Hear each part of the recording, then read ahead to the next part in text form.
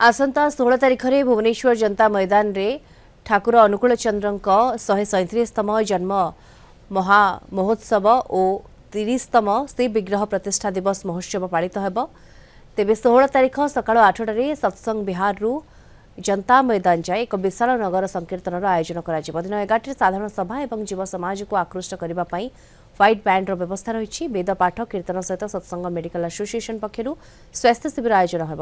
एने सूचना देते सभापति ऋत्विक कृपानिधि विश्वाल बैठक में सत्संग विहार कमिटी सदस्य माने जोग देथिले।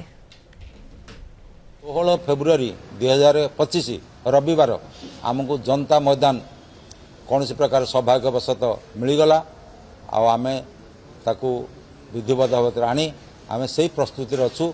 आम दिन बड़ जो कार्यक्रम हुए देवघर रे जो भाया हुए आमे से भाया करने को चेष्टा करूँ। सकाळ आमर गोटे वेद मांगलिक पाठ हुए तापर उषा कीर्तन हुए गोटे भल नगर संकीर्तन सकाळ 8टारू विधिमत आम राति दिन 10:30 2 घंटा मिनिमम गोटे संकीर्तन मंडली बुलिबे।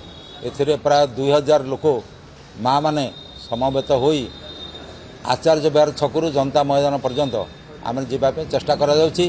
दिन 11टारे आमर गोटे साधारण सभा धर्मालोचना हम। यही उत्सव को आमर पाखापाखि लक्ष लोक आसवे एवं केवल ओडिशा न बहिरी माने भारत रू आम ठाकुर परिवार देवघर आचार्य देव आसबार संभावना रही, गुरु परिवार आसबार संभावना रही एवं राज्य सरकार मंत्रिमंडल कतरू विभिन्न राजनैतिक ये व्यवहार लोक मान आसबार संभावना रही।